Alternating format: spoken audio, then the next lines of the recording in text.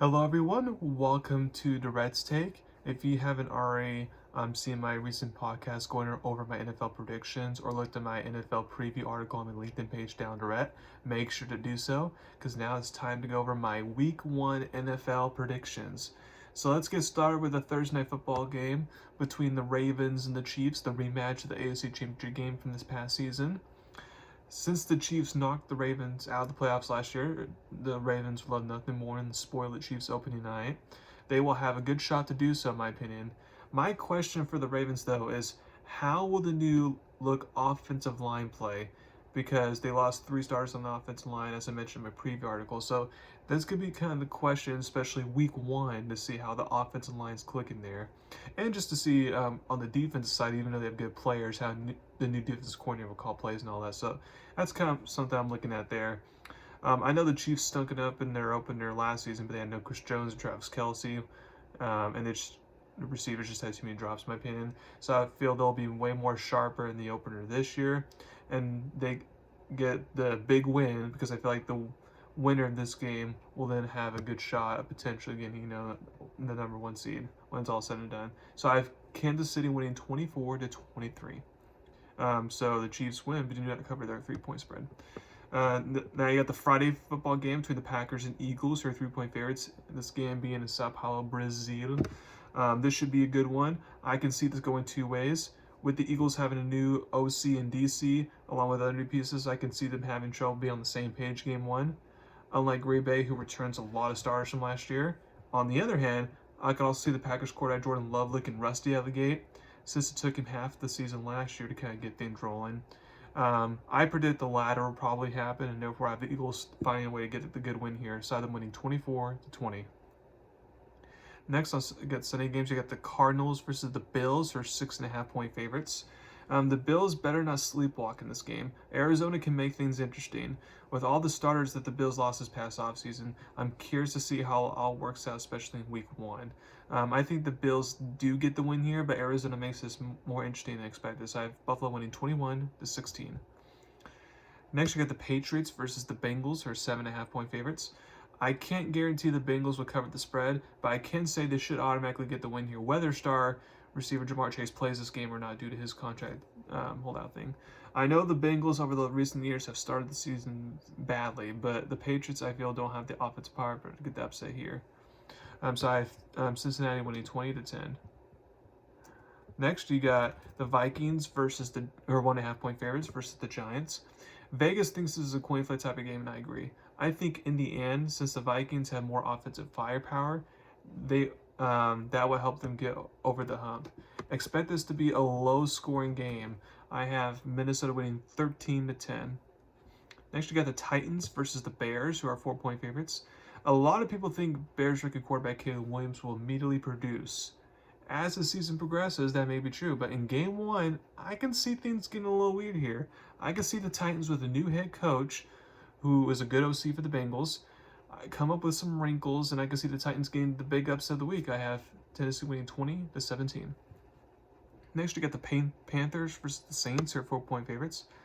With both teams having new offenses, I expect this game to be very messy and low scoring. In the end, I feel like whoever has the better defense will win this game. In this case, I trust the Saints defense to get the job done at home. So I have New Orleans winning 14-12. Next, you got the Steelers versus the Falcons, who are 3.5-point favorites. I know the Steelers offensively played well in the final preseason game, but what I saw in the first two preseason games concerned me.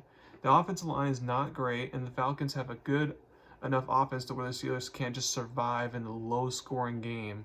I think the Falcons' run game will be the difference here, and I have Atlanta getting the home win opener. I have them winning 17-13, so barely covering there. Jaguars versus Dolphins, who are 3.5-point favorites. I expect this to be one of the higher scoring games if not the highest scoring game of the week. I feel both offenses will be in instant rhythm here. It's just a matter of whoever has the ball last probably wins this game, and I predict that'll be Miami in this case. So I have Miami winning 37-34. Next, you get the Texans, who are 3-point favorites versus the Colts. As much as I like the Texans, I feel they did not get an ideal matchup in week one.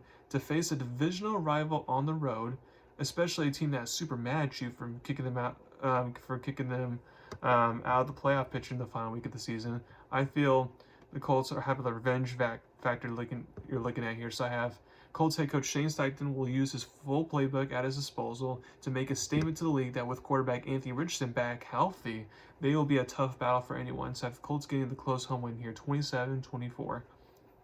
Next, you got the Raiders versus the Chargers.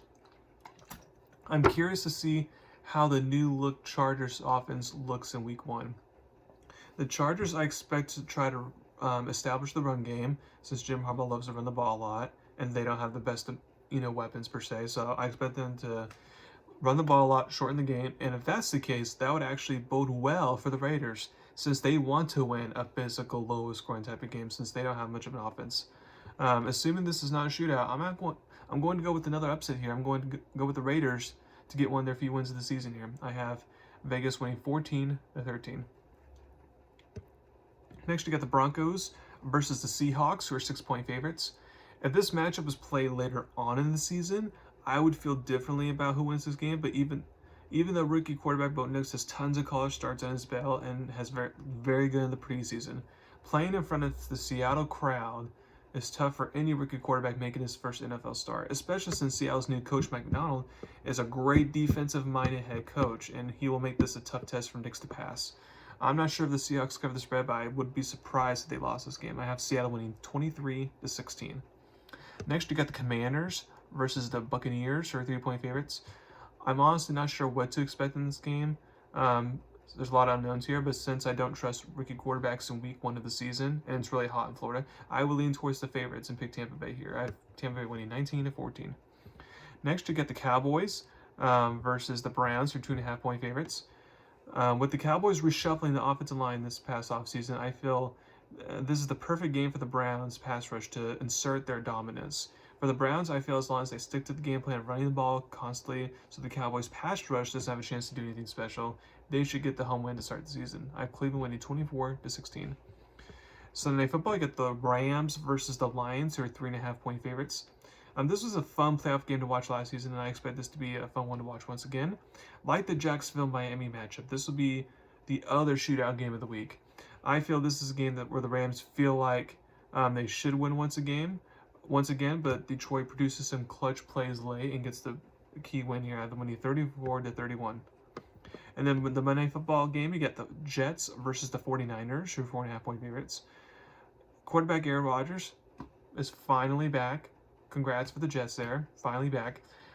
Despite him being back, I feel the Jets will struggle this game, as not only they face a solid 49ers defense, but they take some time to gel since they only had 4 plays together last season. They will be in the game because of the Jets' lead defense, should contain the 49ers to a degree. But I have the 49ers winning this game at 20-13. Thank you very much for listening to my podcast today. Please subscribe to my channel to learn about me. Thank you very much. Enjoy the first week of the NFL season.